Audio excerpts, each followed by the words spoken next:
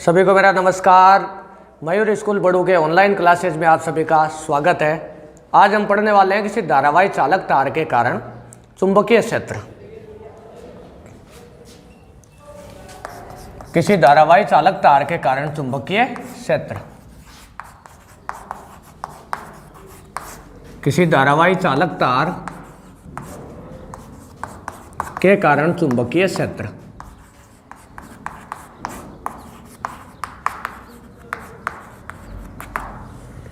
देखो भाई, तो ये आपके आरबीएससी क्लास 12 फिजिक्स का चैप्टर नंबर 7 है। उसका एक ये टॉपिक है जिसके बोर्ड में आने के चांसेस भी बहुत ज़्यादा है, और ये और भी है न्यूमेरिकल के लिहाज से भी बहुत इंपॉर्टेंट है। तो देखो इसके अंदर होता क्या है वास्तव में। जैसे आपको कोई वो धारावाही चालक तार दे दे ऐसा जिसमें आई धारा बह रही, और वो तार है आपका एक्स और वाई, और वो जो तार है वो यहाँ वाई देश तक है, ऐसे कुछ है ना। और यहाँ से लंबवत दूरी डी पर आपको चुंबकीय क्षेत्र का मान ज्ञात करना है। बिंदु पी पर आपको चुंबकीय क्षेत्र का मान ज्ञात करना है। तो इस बिंदु पर ज्ञात करने के लिए हमें बायो सावर्ट का नियम लगाना पड़ेगा। तो बायो सावर्ट का नियम होता है कि अगर किसी तार में आई धारा बहे तो उससे पी बिंदु पर चुंबकीय क्षेत्र का मान, अगर ये दूरी r है और अल्पांश एक होता है अल्पांश वेक्टर dl वेक्टर, इसकी डायरेक्शन धारा की दिशा में होती। किसकी दिशा में होती? धारा की दिशा में होती। तो ये एंगल है थीटा, तो ये एंगल थीटा, ये r और ये dl वेक्टर की डायरेक्शन होती है धारा की दिशा में। तो बायो सावर्ट ने ऐसा कहा था कि इसमें चुंबकीय क्षेत्र का परिमाण इस अल्पांश की लंबाई के समानुपाती होगा, और किसके समानुपाती होगा? साइन थीटा, मतलब r वेक्टर और dl वेक्टर के बीच में बनने वाले कोण की ज्या के समानुपाती होगा। इसके अलावा एक चीज़ और, db वेक्टर है उसका परिमाण समानुपाती होगा 1/r² के, मतलब प्रेक्षण बिंदु और अल्पांश को मिलाने वाली दूरी के। इसके अलावा एक ये डिपेंड करता है धारा पर कि अल्पांश में कितनी धारा बह रही, और ये वाला नियम केवल अल्पांश के लिए काम करता है। इसको अब ऐसे लिखा जा सकता है db वेक्टर समानुपाती I dl sine of theta upon r²। और जब ये हम प्रोपोर्शनल का चिन्ह हटाते हैं तो यहाँ पर आ जाएगा db वेक्टर का परिमाण, ये बराबर आ जाएगा μ0/4π। यहाँ पर कांस्टेंट आएगा μ0/4π I dl sine theta upon r²। ये होता है आपके बायो सावर्ट का नियम। बायो सावर्ट का नियम मतलब हम ये जो विद्युत धारा का चुंबकीय प्रभाव, चैप्टर का नाम होता है जैसे हमारे, ये उसी का टॉपिक है। तो विद्युत धारा के चुंबकीय प्रभाव को हम दो भागों में तोड़कर पढ़ते हैं। एक आधा तो होता है बायो सावर्ट के नियम के अनुसार होता है, एक आधा होता है एम्पियर के नियम के अनुसार। तो विद्युत धारा के चुंबकीय प्रभाव की खोज वैज्ञानिक ओरस्टेड ने की थी, ये लगभग उन्हीं के नाम पर होता है। और जबकि बाकी ये बायो सावर्ट, ये वास्तव में दो वैज्ञानिक थे जिन्होंने मिलकर चुंबकीय क्षेत्र का गणितीय निरूपण किया। मतलब चुंबकीय क्षेत्र का मान कितना होता है, इसको कैसे ज्ञात किया जाता है? बायो सावर्ट के नियम से। तो यह हमारे जो डेरिवेशन है वो ये है कि किसी तार में अगर आई धारा बहे तो उसे लंबवत दूरी डी पर, मतलब पी बिंदु पर चुंबकीय क्षेत्र का मान कितना होगा। तो इस बिंदु पर चुंबकीय क्षेत्र का मान ज्ञात करने के लिए बायो सावर्ट का नियम काम में लिया जाता है, जो किसी अल्पांश के लिए इस प्रकार काम करता है। तो जैसे मैं अगर बात करूँ, यहाँ पर एक अल्पांश ले लूँ, क्योंकि बायो सावर्ट का नियम काम करता है केवल अल्पांश के लिए, तो मैंने ले लिया dl। इस बिंदु को आप नाम दे दो कुछ, जैसे o नाम दे दो, इस बिंदु को o' नाम दे दो, और ये इस अल्पांश की इस बिंदु o' से दूरी कितनी है? l, और ये दूरी है d। तो इस अल्पांश के कारण हमें आपको, यानी यहाँ पर इस बिंदु पर चुंबकीय क्षेत्र का मान ज्ञात करना, मतलब ये वो r दूरी है। dl वेक्टर की डायरेक्शन होगी ये वाली, तो ये हो जाएगा थीटा। कितना हो जाएगा? थीटा हो जाएगा। तो इस बिंदु को इससे ऐसे मिला दिया और इस बिंदु को ऐसे मिला दिया, तो इस एंगल को हम कह सकते हैं φ1 और इसको कह सकते हैं φ2, और ये एंगल हो जाएगा θ1। ये कितना हो जाएगा? θ1, और ये एंगल हो जाएगा θ2। अब देखो ये इसका पूरा डायग्राम हो गया, कंप्लीट डायग्राम। अब अगर इसको हम ध्यान से देखें, बायो सावर्ट का नियम इसमें अप्लाई करना है। तो बायो सावर्ट के नियम के लिए, बायो सावर्ट के नियम के लिए देखो, बायो सावर्ट के नियम से, बायो सावर्ट के नियम से, बायो सावर्ट के नियम से db वेक्टर का परिमाण बराबर होता है μ0/4π I dl sine theta upon r square.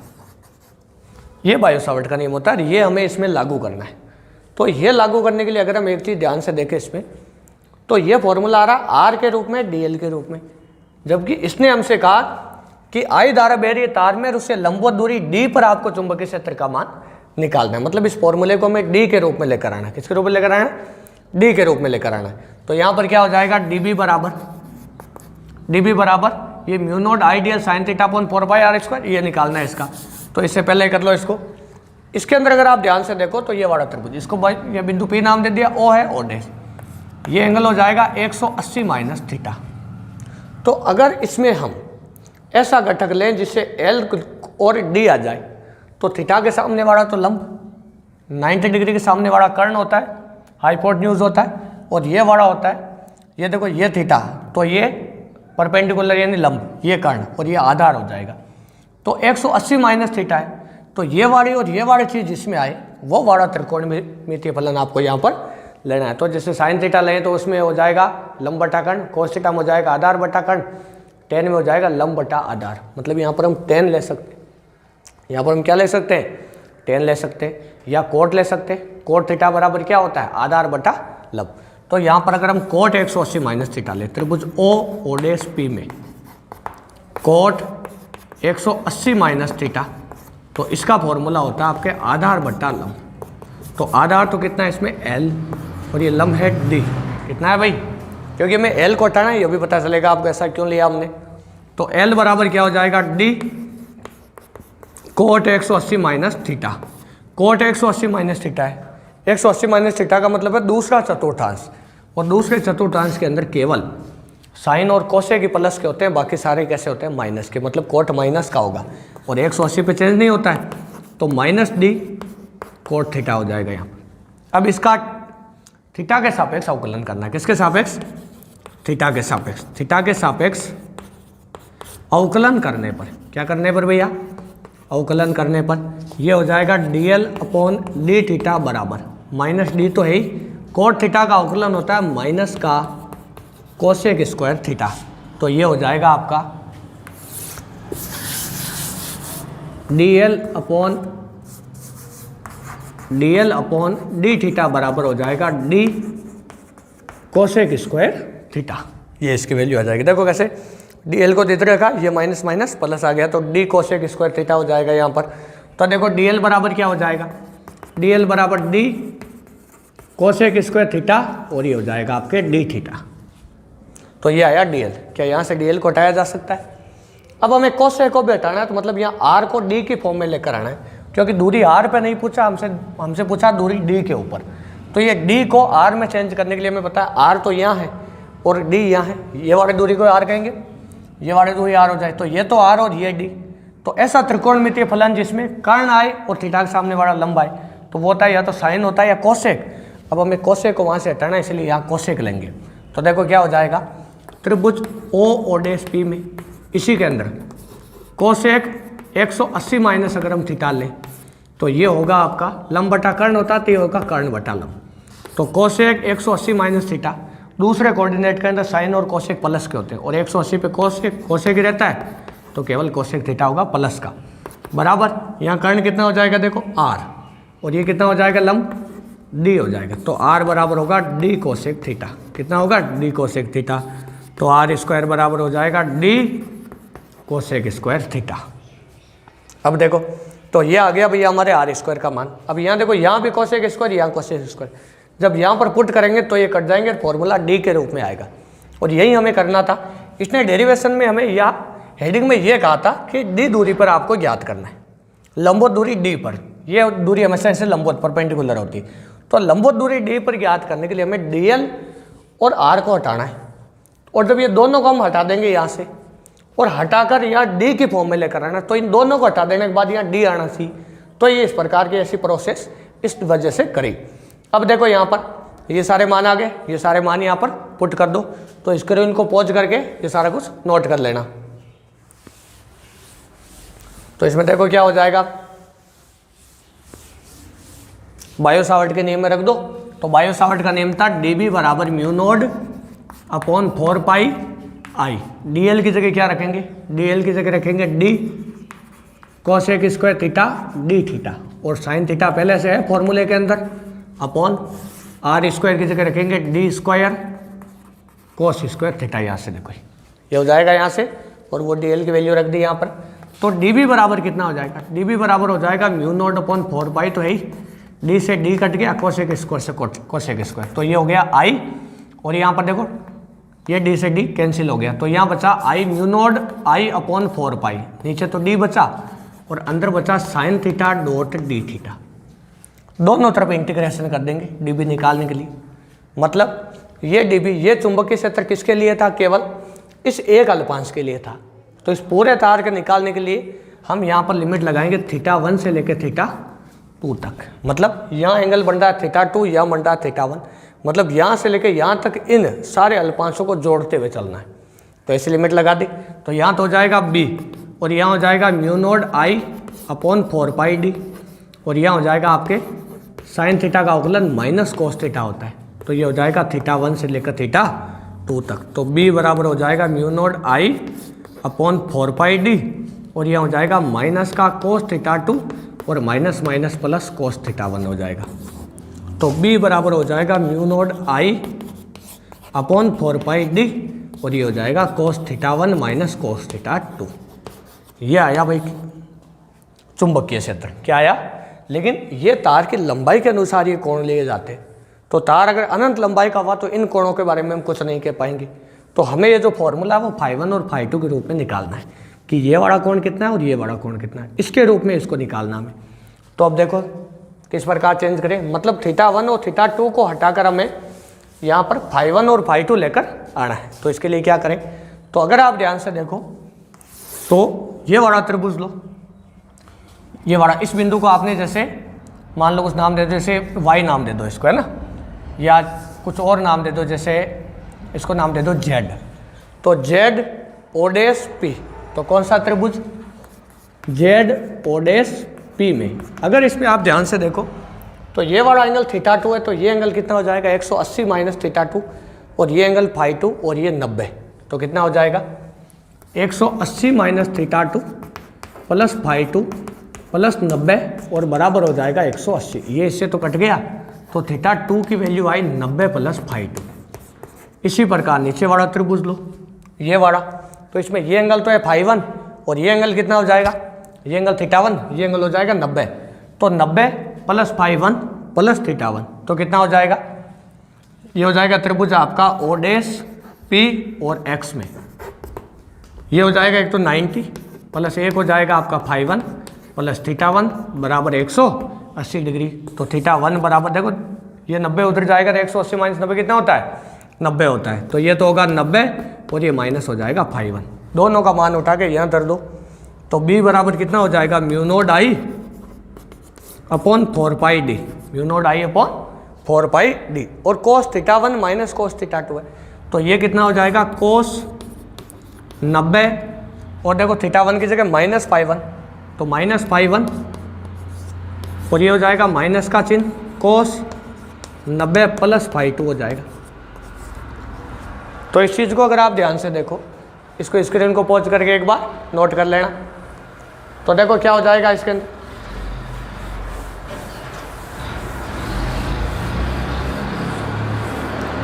तो b बराबर क्या हो जाएगा भाई, b बराबर हो जाएगा म्यू नॉट आई अपॉन 4 पाई डी, और ये हो जाएगा कोस 90 माइनस φ1, मतलब ये हो जाएगा कोस 90 माइनस φ1 है, तो 90 से एंगल कम है, मतलब पहले कोऑर्डिनेट में कोस 90 पे कोस चेंज हो जाता है साइन में, और यहाँ प्लस का होगा क्योंकि पहले चतुर्थांश में आ रहा है, तो ये होगा साइन φ1, और दूसरा वाला माइनस ये कोस 90 प्लस φ2 है, मतलब 90 प्लस थीटा होता है तो दूसरे चतुर्थांश में आ रहा है, तो इसका मतलब क्या हुआ, ये कोस 90 पे साइन में चेंज होकर प्लस का होगा या माइनस का होगा, ये माइनस का होगा, क्योंकि दूसरे कोऑर्डिनेट में केवल साइन और कोसेक ही प्लस के होते हैं, केवल साइन होता है और कोसेक इस वाले में, बाकी सारे कैसे होते हैं माइनस, मतलब ये माइनस होगा तो माइनस माइनस क्या हो जाएगा प्लस हो जाएगा, और ये हो जाएगा साइन φ2।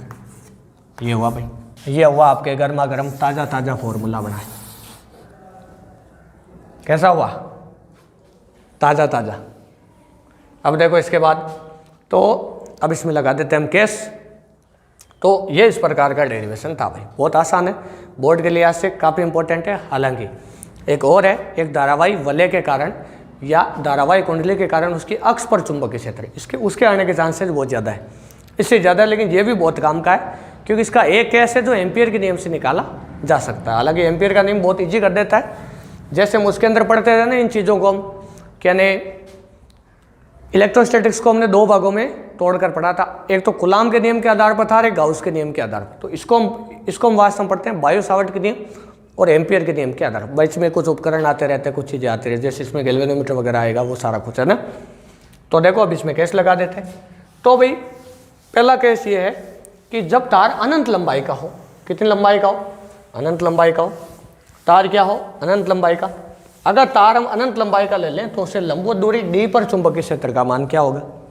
ये देखो ये तार है, इस तार से I धारा बह रही और तार है अनंत लंबाई का, इनफाइनाइट लेंथ है इसकी, और इसे d दूरी पर आपको चुंबकीय क्षेत्र का मान ज्ञात करना है। तो आप किस प्रकार ज्ञात करोगे, अगर d दूरी पर चुंबकीय क्षेत्र का मान ज्ञात करना है तो ये वाला जो कोण होगा ना, इससे यहाँ वाला, ये तो होगा φ2, नीचे वाला लिया था याद करो φ1। तो ये वाले कोण कितने होंगे जब ये अनंत लंबाई का हो, 90 डिग्री। कैसे होगा 90 डिग्री, देखो अगर आप ध्यान से देखो तो मैं तार को अगर ऐसा लूँ, ये आपका तार है, ये आपका बिंदु है यहाँ पर, ऐसे इस एक वाले सिरे से लेते हैं। अगर मैं तार यहाँ तक ही लंबा होता तो कोण बनता है ऐसा कुछ, अगर तार यहाँ तक लंबा होता तो कोण बनता है ऐसा कुछ, अगर तार यहाँ तक होता तो कोण बनता कुछ ऐसा कुछ, अगर तार यहाँ तक होता तो कोण बनता ऐसा कुछ। हर बार देखो कोण बढ़ता जा रहा है, ये कोण, ये कोण, ये कोण, ये कोण, कोण बढ़ता जा रहा है। और जितना तार लंबा होगा ना ये कोण बढ़ता जाएगा। और जब तार अनंत लंबाई का होगा, अनंत का मतलब हमें नहीं पता उसका दूसरा सिरा कहाँ पर है, तो उस समय क्या हो जाएगा, ये वाला एंगल 90 डिग्री हो जाएगा। मतलब यहाँ पर φ2 की वैल्यू भी 90 और φ1 की वैल्यू भी कितनी 90 होगी। क्यों होगी भाई, क्योंकि तार जैसे जैसे लंबा होगा तो ये वाला कोण लगातार बढ़ता जाएगा। और जब ये तार अनंत लंबाई का हो जाएगा तो उस समय ये वाला कोण मैक्सिमम कितना हो सकता है, उस तरफ तो जा ही नहीं सकता, केवल मैक्सिमम इतना ही हो सकता है 90 डिग्री। कितना हो सकता है 90 डिग्री हो सकता है। तो देखो 90 डिग्री हो गया, तो 90 डिग्री रखो यहाँ पर। तो B बराबर क्या हो जाएगा, देखो B बराबर हो जाएगा यहाँ पर, B बराबर हो जाएगा भैया μ0I/4πd, और ये हो जाएगा sin 90 प्लस sin 90, ये हो गया ऐसा।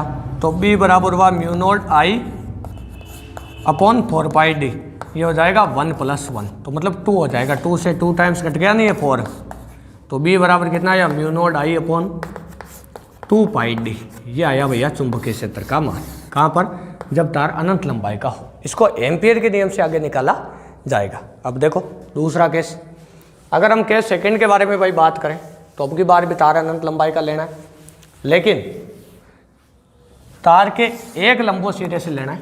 ये केस सेकंड हो गया, साथ के साथ नोट करते जाना। ये देखो दूरी हो जाएगी d, कितनी हो जाएगी दूरी, ये बिंदु हो जाएगा P। ऊपर वाला सिरा अनंत लंबाई का है, मतलब यहाँ से यहाँ जो कोण बनेगा वो होगा φ2 बराबर 90, लेकिन यहाँ से जो कोण बनेगा φ1 वो होगा 0 डिग्री। देखो क्यों, ये वाला कोण हमने लिया था φ1, ऐसा कुछ चित्र में देखो आप, है ना, कॉपी में किया होगा चित्र या वीडियो को रिवर्स करके देख लो। तो देखो φ1 है, ये वाला एंगल φ1 है। अगर मैं इस वाले बिंदु को ऊपर ले जाऊँ यहाँ, तो देखो कोण घटेगा, अगर मैं यहाँ ले जाऊँ तो घटेगा, और यहाँ ले जाऊँ तो 0 हो जाएगा। मतलब φ1 का मान कितना हुआ, 0 डिग्री हुआ। कितना हुआ भाई, 0 डिग्री हुआ। अब जब ये कोण 0 डिग्री हुआ तो इसको लिखा जाएगा B बराबर μ0I/4πd, और इसको लिखा जाएगा साइन φ1 की वैल्यू तो 0 और प्लस हो जाएगी φ2 की वैल्यू साइन 90। तो यहाँ हो जाएगा B बराबर μ0I/4πd। तो इससे हम क्या समझे, इससे हम ये चीज़ समझे कि भैया अगर कोई तार अनंत लंबाई का है तो उसके एक सिरे से लंबवत दूरी d पर चुंबकीय क्षेत्र का मान इतना होता है। ये हुआ केस सेकंड। अब अगर हम केस थर्ड की बात करें तो केस थर्ड के अंदर क्या हो जाएगा, मैं आपको कह दूं कि एक तार है जिसके मध्य बिंदु D से, ऐसे इस प्रकार यहाँ पर आपको चुंबकीय क्षेत्र का मान ज्ञात करना है, मध्य बिंदु D से, और तार है पूरा मान लो 2L लंबाई का। तो ये वाली लंबाई L हो जाएगी और नीचे वाले भी कितनी हो जाएगी, L हो जाएगी। तो ये वाला एंगल कितना होगा बताओ। देखिए ये वाला और ये वाला ऐसे, इस प्रकार अगर इस एंगल को बताना चाहे तो ये वाला भी फाई होगा और ये वाला भी फाई, दोनों एंगल सेम होंगे। दोनों एंगल कैसे होंगे? सेम होंगे। अब 45 डिग्री होगा 30 डिग्री होगा, ये डिपेंड करता है इन डी और एल का मान क्या उसके ऊपर। अब देखो ये डी है ये एल है, तो दोनों कोण बराबर होंगे क्योंकि ये वाली दूरी है सारी बराबर, मतलब कोण कितना हो जाएगा दोनों का बराबर। तो देखो v बराबर हो जाएगा mu naught I upon 4 pi d, sine phi 1 की जगह हो जाएगा sine phi plus sine phi. तो ये हो जाएगा b बराबर mu naught I upon 4 pi d और ये हो जाएगा 2 साइन फाई। अब ये एंगल दे देगा आपको, इस हिसाब से कर लेना, आगे एक आध न्यूमेरिकल करा देंगे। ये देखो इस प्रकार। इसके बाद अगर अगले केस की बात करें तो मैं कह दूं P बिंदु या धारावाही तार की अक्ष पर आप ज्ञात करो ऐसे, इस बिंदु यहाँ P है, ये अक्ष होती है धारावाही तार की, इस बिंदु P पर चुंबकीय क्षेत्र का मान ज्ञात करो। तो इस बिंदु P पर फाई 1 का मान भी 0 होगा और फाई 2 का मान भी 0 होगा। क्यों? क्योंकि ये बिंदु ऐसे P यहाँ होता था, इस P बिंदु को यहाँ लेके जाना आपको यहाँ पर ऐसे। तो जब यहाँ ऐसे लेकर जाओगे तो इस वाले के साथ दोनों सिरों के साथ बना कोण 0 या 180 हो जाएगा, और उसके लिए साइन का मान दोनों के लिए कितना होता है? 0 होता है। तो B का मान कितना हो जाएगा? 0। मतलब तार की अक्ष पर हमेशा चुंबकीय क्षेत्र कितना होता है? 0 होता है। उसके बाद देखो एक चीज़ और, मैं कह दूँ एक तार है एक एस और 5वां, उस तार के एक सिरे से आपको चुंबकीय क्षेत्र का मान निकालना है। तार की लंबाई है L, इसके इसका नाम है परिमित लंबाई के धारावाही चालक तार के एक सिरे से लंबवत दूरी D पर चुंबकीय क्षेत्र का मान। तो कैसे निकालोगे? ये कोण मान लो कितना है? फाई। कितना है भाई? फाई है। ये D है, ये L हुआ, तो यहाँ पर साइन फाई। तो यहाँ फाई 2 का मान तो हुआ फाई, और फाई 1 का मान हुआ 0, क्योंकि ये जब ऐसे होता तो इसको कहते हैं फाई 1। ये बिंदु यहीं आ गया, मतलब यहाँ से तो कितना कोण हो जाएगा? 0 डिग्री हो जाएगा। तो B का मान कितना आएगा? Mu naught I upon 4 pi d, और ये हो जाएगा साइन 0 प्लस साइन फाई। तो इसको लिख देंगे केवल साइन फाई। अब यहाँ से D का मान वगैरह वो पूछ सकता है या निकाल सकते हैं, जो भी हो यानी L के रूप में। अब देखो तो ये हुआ आपका कंप्लीट डेरिवेशन पूरी तरह। मतलब कोई भी धारावाही चालक तार है उससे लंबवत दूरी D पर अगर आपको चुंबकीय क्षेत्र पूछ ले तो उसमें चुंबकीय क्षेत्र किस प्रकार निकालना है? बायो सावर्ट के नियम से। 2 डेरिवेशन है पूरे चैप्टर के अंदर, बायो सावर्ट के नियम से, एम्पियर के नियम से। बायो सावर्ट के नियम से इस प्रकार निकाला जाता है। ये पूरे केस काम में आते हैं न्यूमेरिकल के लिए, सारे आगे प्रत्येक केस के ऊपर एक एक इसके अंदर आपको न्यूमेरिकल मिल जाएगा, है ना।